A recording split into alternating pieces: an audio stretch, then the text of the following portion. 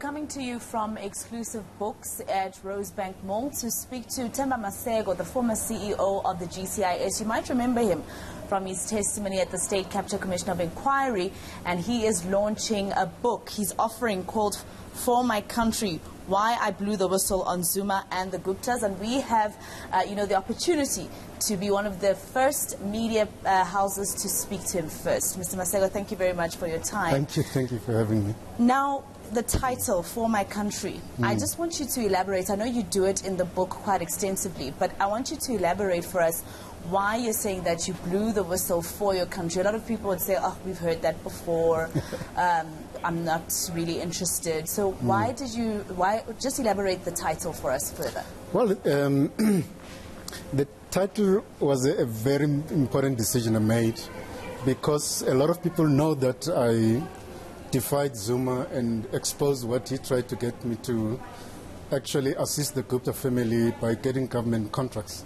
And my view was that I defied that instruction, but I did it because of my history as a person who's been involved in struggle, who spent all his life serving the public of South Africa and assisting the Guptas to steal money from the public purse. In my view, was something that was going contrary to my principles, my beliefs, and the reasons why I joined the struggle, and the reason why so many of our activists actually lost their lives in their fight against the struggle. So assisting the Guptas, in my view, was contrary and defiance and betrayal, in a sense, of those people who lost their lives. And I did it because I wanted to continue serving my country by refusing to participate in corruption. You start the book, I'll come back to the foreword, because I think the person that wrote the foreword is quite important in your life. But you start the book in vernacular, a conversation that you had with the former president, Jacob Zuma. He calls you from the president's residence in Mahlamba Mdlovu in Pretoria. And you also describe how you really didn't have much of a relationship with that president compared to the two prior to him. And this call was quite unsettling for you from the beginning. And as you drove to Saxonwold, you started to worry even more. Yeah. No, essentially, when Zuma became president, it became very clear to me that, in fact, my access to him was not going to be possible, because all my attempts to arrange meetings with him as government spokesperson were declined by his office. At no stage did I have an opportunity to have a conversation as the head of government spokesperson about communication, priorities and issues. So in a sense, I was almost non-existent in his world. So when I got the call, I was surprised, to say the least, because he had never spoken to me directly prior to that call. And the call came, and the call was essentially saying, go and help the Gupta brothers. And I thought, okay, this is strange. I said, Mr. President, I'm already on my way to the meeting with the Guptas. So in a sense, I was surprised by his call, but I didn't tell him that. When I got to the Saxonwold residence of the Guptas, when they started telling me that, in a sense, demanding money from me as head of government communication, I was able to connect the dots to say the call must have something to do with what the Guptas were actually asking me to do. And the president himself had said, I must assist them. So the call left a very bitter taste in my mouth, and that's why I thought it to be very important to start with that call. But the book, as you will tell, is more than just the call. It's also about why it's important to have ethical leaders who are not using government resources to actually benefit their own friends and families. So I go into detail about why I think such a call was inappropriate. So you also speak, Mr. Maseko, about, earlier in my first question, you spoke about how For My Country is about the fact that you were part of this, but you're not the only person who actually sacrificed in terms of this freedom that the country has. You had a father who used to work 14 hours a day so you could be able to go to school, although you say in the book that it's not all of your siblings that were able to finish school, but it started from there, from your growing up in Soweto, your father working 14-hour shifts a day to be able to afford an education for you and your siblings, only to be told you have to learn in Afrikaans and that's it. Yeah. Now, that was an important history, and what I describe in the book is the experience of literally millions of young black South Africans during the days of apartheid and the conditions under which we went to school. I talk about the extent to which many of my colleagues and kids I grew up with never actually got the opportunity to finish school, let alone go to university. So in a sense, my generation were fortunate, privileged in a sense that we managed to go to matric, write matric, even under very difficult conditions in the 80s because of the uprisings that were taking place in most parts of the country. But we still managed to go through that. A lot of us managed to do so because I had a stable family. I had both parents still alive. I had a father who was bent on making sure that all of us go to school. And he took exception when he learned that, in fact, one of us did not do their homework, failed a test, or didn't go to school. So the father played a very important role in my life to make sure that I finished school. I would be doing a disservice to my mother, on the other hand, who actually played a very important role. I mean, she never had the opportunity to go to school, but she was always there to make sure that we had clean shirts, we had clean shoes. Our shoes may be torn, but she made sure that we polished them before we went to school. And she made sure that when you come back from school, there's a piece of bread, a slice of bread for you to eat so that you can continue with your studies. Many of young South Africans, even to this day, are not as fortunate to have both parents actually being there. They may not be working, but just being there present, supporting their kids' education. And I think that's the point I'm trying to also raise in the book, that parents played a very important part in my life, and parents must continue playing an important role in the lives of their children, in spite of the many difficulties that they experience themselves.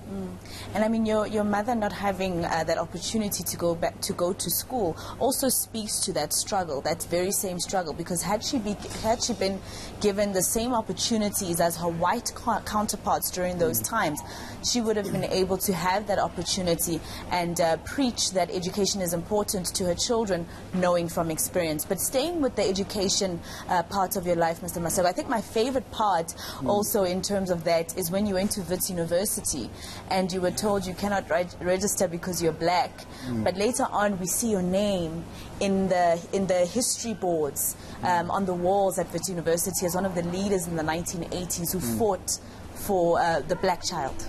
Well, one of the challenges we had, and it's a pity that it's a problem that still exists in the education system today, there wasn't any career guidance. I grew up in a family where there wasn't a role model, somebody who had studied and gone to university, got a degree. So I was going into matric, writing matric exams without any clear idea or plan about what I was going to do. It's only when I got my matric results, which said I passed and I qualified to go to varsity, that I said, oh, so there is another door opening for me. And I took a train to Wits University to enroll. When I get there, the admin lady, I still remember the white lady sitting behind the desk, telling me that, this is a white university. As a black student, you don't qualify to study here. I insisted and I wanted to study there. She was a bit sympathetic to me. She said, no, if you want to study here, you must actually get permission from the Minister of Education, white education. And that minister happened to be F.W. de Klerk, and I mention it in the book there. And she helped me, in a sense, to write a letter to de Klerk to apply for permission to study in a white university. And the response a few days later from de Klerk said, no, you are Zulu speaking, this is a white university, go to the University of Zululand. I was broken, but I never gave up. Went to the University of Zululand, studied for a year. After a year, and with some violence at the university, I came back, I reapplied to Wits, and because the rules had been relaxed, I was able to get accommodation there. And I was actually quite touched by that experience, that in fact, as a black kid, simply because of my skin color, I was denied access to university. And in our struggle, one of the things that we have achieved is that black kids now can apply to any university in the country. They may be denied access for other reasons, but race is not the reason why they'll be denied access. So we made progress. When I got to Wits, I was able to engage in the struggle, in the fight to open the doors of learning so that more black students gain access to university. And I ended up, as you say, as one of the student leaders on campus, and becoming part of the history of change that is taking place in that university. I still think there's a lot to be done, but I think changes have taken place. When I was at Wits, black students were like a tiny drop in that population. There must have been about, I would say, less than 5% of the students were black. During the Fees Must Fall student protests at Wits, I went there to try and mediate and support the students. I was pleasantly surprised to see that the number of black students had almost quadrupled since my days at that university. There were a sizable number of black students studied there, and I think that's a fruit of our struggle at that university.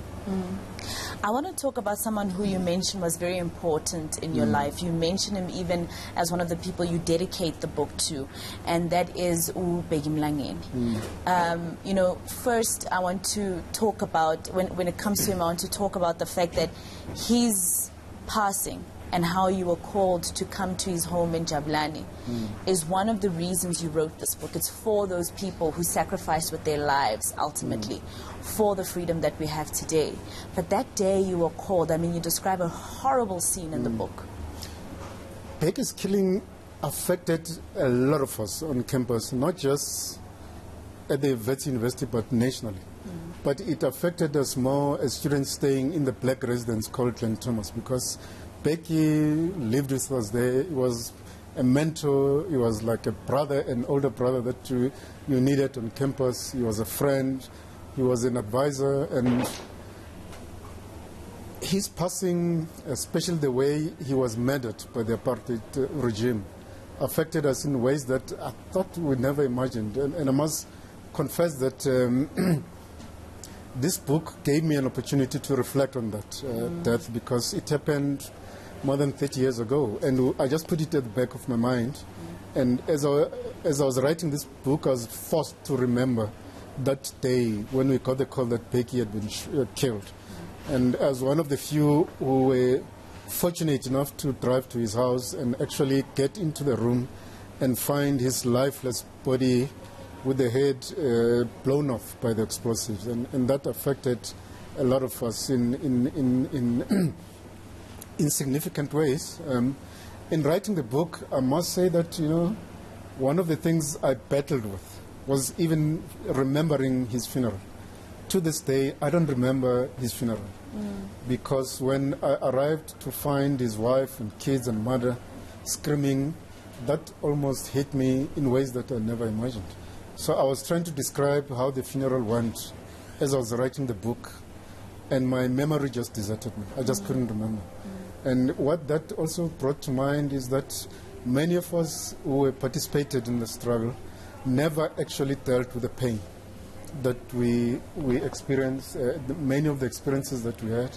And we never went for therapy. We never went for any kind of counseling. And to this day, we're sitting with a lot of that pain that's hidden at the back of our memories. And I think this book became some kind of a therapeutic experience, because it forced me to think back about those terrible experiences. And Bheki's death is just one of those experiences I don't think I will ever forget. Yeah. And I mean, the way you describe his home, that took me home. The way you described the typical four-room house with just 2 bedrooms, a kitchen, a dining room, and him being able to save up enough to build some more rooms outside so that he could live with his family. That described my life, and I look at it today and I always think, oh my goodness, sometimes I go back to Soweto today and things are still the same for some families, exactly that way. Still the same. And I think that, I mean, knowing Bheki, I wonder where he would be today. He was a brilliant chef. And besides being a good activist, he was also a very intelligent lawyer. I think he would have ended up as a top senior advocate or even a judge, sitting in the bench, and we lost a very important person. But as you say, so many changes have taken place in the country, but he would have been disappointed with a lot of things that are happening in the country today, especially as regards what's happening in the ruling party. The ANC was Bheki's life, like a lot of us. We knew he was involved in the underground structures of the ANC long before we even knew there was a party called the ANC. So This movement was his life, and he dedicated all of it all of his life to this movement. And I think he lost his life. But as you're correct, the lives of many South Africans, especially in the townships, rural areas, is still very tough. And I think we need to move speedier as a country to find ways of improving the lot, especially of the black majority youngsters who are sitting in the townships there without any hope about what the future holds for them. Mr. Maseko, there's also some funny moments in your book. One of them being how you got into trouble with your father for marrying your wife in secret. I was a very rebellious youngster. I mean, my parents were concerned about my involvement in politics. The fact that I would spend many months not coming home to see my mother and father was an indication that I was so dedicated and committed to the struggle that the struggle, as Madiba once said, became part of my life. So getting married was a decision my wife and I made. Culturally, I was supposed to go to my parents and say, listen, you know, I've got this beautiful woman that I had identified. We want to get married. How do we proceed? All I did was to speak to my wife and I. We agreed. We approached a pastor. My wife spoke to her side of the family, her mother. But I did not make the time to tell my parents that on this particular day we're actually going to sign and get married. So in the signing ceremony, it was just my wife and I, a friend, Nero, and the priest. We just signed, and I called my dad and said, listen, we've done the deed. And he was extremely upset with me. And he threatened to call all my uncles to call me to order. But, I mean, I could not reverse the decision. What saved the day was the fact that he loved Tindi, my wife, and he actually gave us the blessing. Yeah. But he was not very pleased with me for that decision. I can imagine. I want to go back to the people who had an influence in your life. I noticed that Sidney Mufamadi wrote your forward in the book, and also you mentioned him as somebody who was very pivotal in his role in you becoming in politics. Well, I got involved at Wits in a lot of student activities, but we always knew that our involvement cannot end on campus. So we participated in civic associations in the townships. We went to UDF meetings and we participated in meetings with the unions.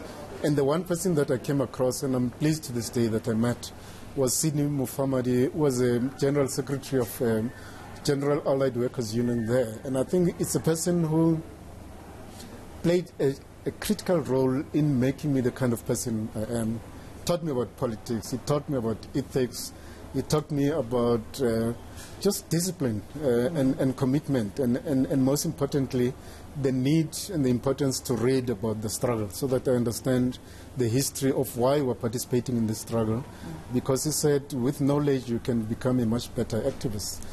He played a key role in getting me involved in underground structures of the Communist Party, the ANC. And it's because of Sydney that, in fact, I became a very dedicated, hard-working activist. And I knew that if I did something wrong, I would be disappointing him. So he became like a father in the struggle sense. So that's why I thought I should give him some recognition in the book for the role he played in my life. And then we fast forward to you being appointed in the Gauteng Education Department. That chapter, I think you called it something to the effect of early stages of state capture. And one of the things that you mention in that chapter is a call that you received from an Afrikaans journalist asking you about the leaking of a math paper. And my goodness, I thought that was back in the 90s. I'm a journalist these days, and we still call government officials about a leaked math paper. Yeah. No, that was, I mean, I spent a year in Parliament, and I just got bored with the parliamentary processes there, and I thought I was too young to do that. And then I applied for a job in Gauteng, and I became the first head of education in Gauteng. Most of you youngsters don't even know that your certificates probably bear my signature as head of education during that period. But yeah, one of the biggest challenges we had was the leakage of, I think it was a maths exam paper, and I got a call from a PL newspaper, early hours of the morning, to say They're looking at a maths paper, it's been leaked, what comment do I have? I was shocked out of my system, and unfortunately, yes, the paper was leaked. So we had to postpone the exam. But the difficulty with leakage of exams is that you have to understand that exam question papers are handled by human beings, and the system is as secured as the individuals who are involved in the process. All it takes is just one person to be dishonest in that whole chain. Then you have an exam leak. And I think the education authorities have done fairly okay. The fact that we have so few papers leaking, it's an indication that the system has improved. But for as long as the question papers are drafted by human beings, printed by human beings, transported by human beings, the risk of a leak is always there. It doesn't matter what systems you put in place. All it will take is just one dishonest individual in that whole chain. And that individual could be a security guard, a driver, a printer, and the leak happens. But I think that we managed when we had the leak. I took personal responsibility for it. I took accountability and conducted a roadshow and met all the principals in Gauteng and said, listen, we've had this problem, we apologize, we'll solve it. And I think we did solve it. We did not have another leak for a couple of years after that incident. But it was quite a telling experience. I like the way you just described that, the papers are written by human beings, they are transported by human beings, they are printed by human beings. And you look at a lot of the papers that we have in South Africa, law, especially the Constitution, etc., written and thought of by human beings. And I think the reason I like how you just described it is that you look at how great our Constitution is, how it's been described by the world as one of the best, but the implementation of it will not go anywhere unless the human beings that are supposed to have the drive to implement don't. Absolutely. Human beings, it's like in nature, the universe has given us a beautiful piece of land, our universe. But the damage that human beings cause to it is because of the kind of mentality that human beings have.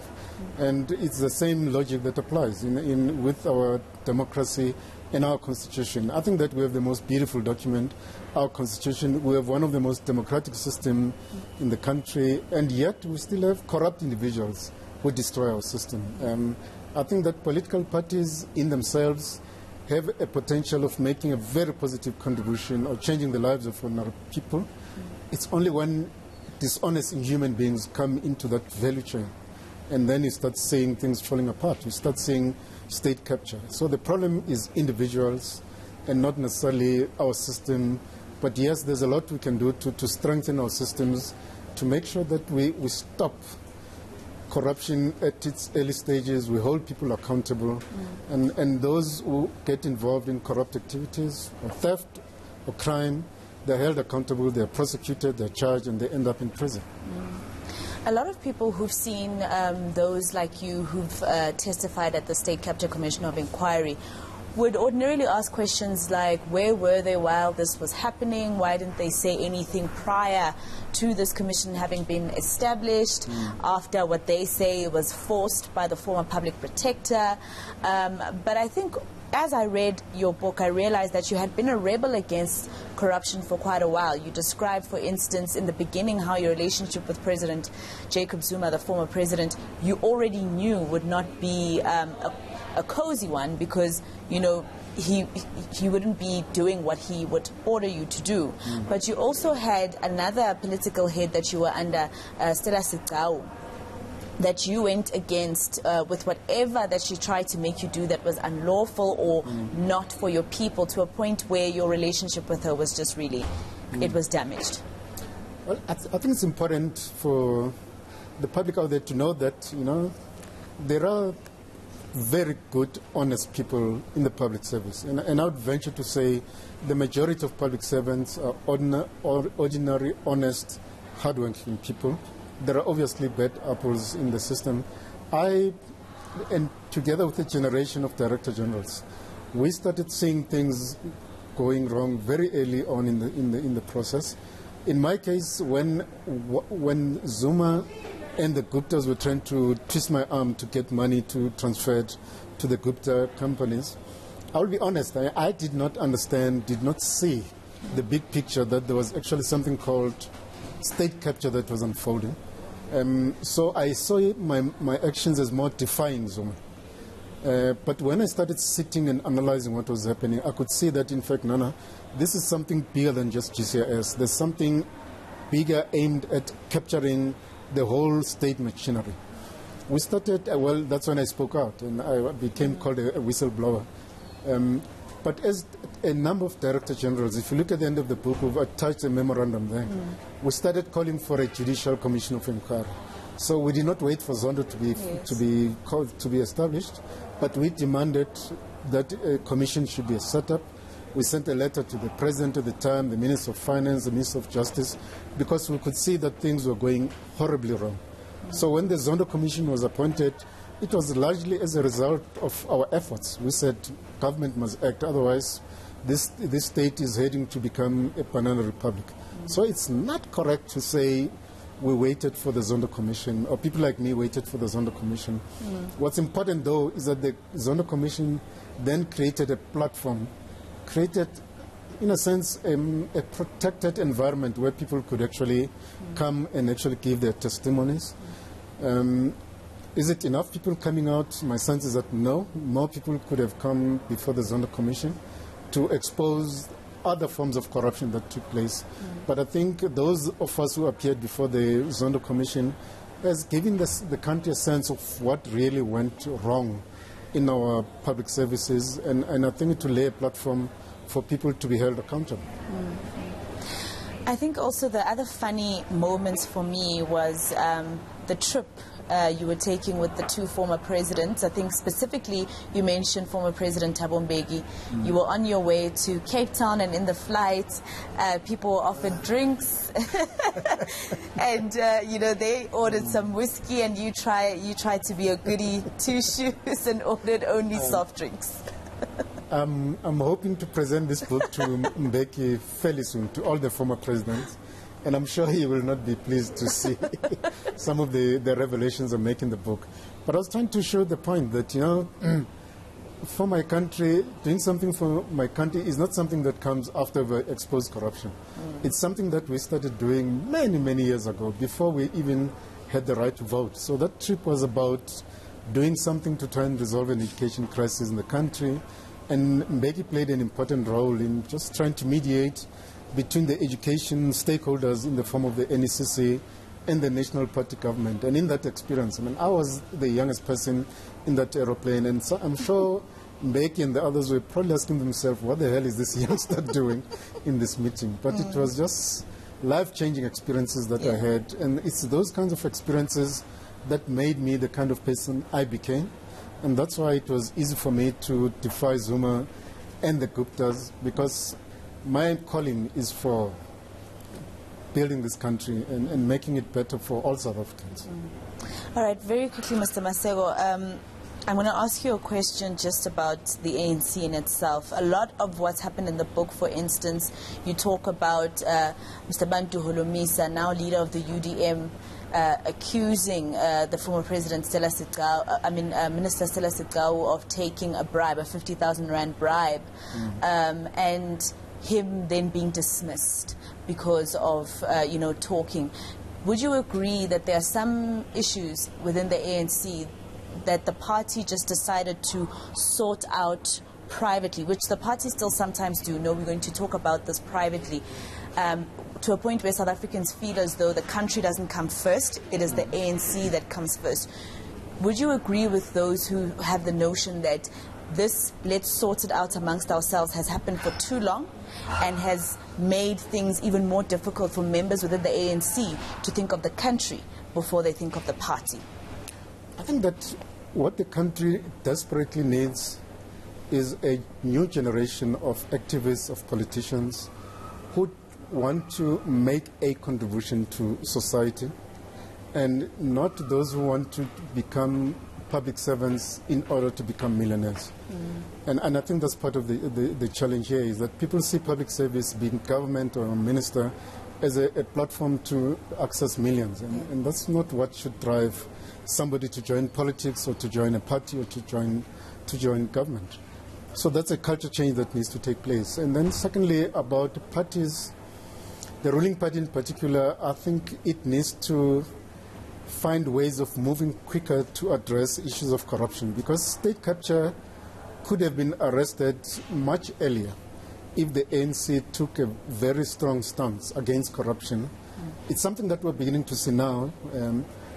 Part of the challenges is that too many of those who were implicated in corruption ended up being elected into leadership positions, largely because elections in parties, in the ANC and all other parties, is a popularity contest. So many of those who are corrupt ended up being very popular and ended up being elected. I think that leaders must begin to review the way they select people who get elected into leadership positions, and anybody who's implicated in corruption, I don't think should actually assume any public office.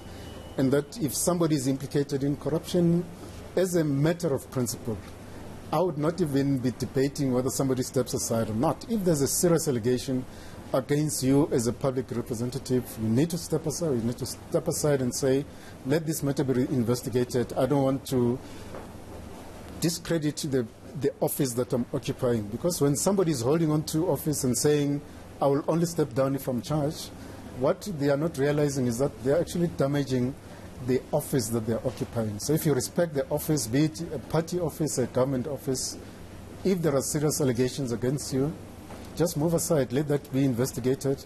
Because what's important is that we need to send a signal to young people out there that in fact corruption is unacceptable, and those of us who are in, or those of them who are in leadership need to send a message to youngsters that corruption is unacceptable. If somebody is accused of corruption, they don't need to go to court to prove that in fact they should remain in their position. They must simply step aside, and that's the message that the country is missing at the moment. Well, the Step Aside resolution, let's see how it goes. Thank you very much, Mr. Themba Maseko. For My Country, that's the book we were reviewing. And I think for me it's a must read, especially if you're one of those people who's wondering where he came from when you watch the State Capture Commission of Inquiry, and you're asking yourself if he was quiet while these things were happening. Thank you for watching.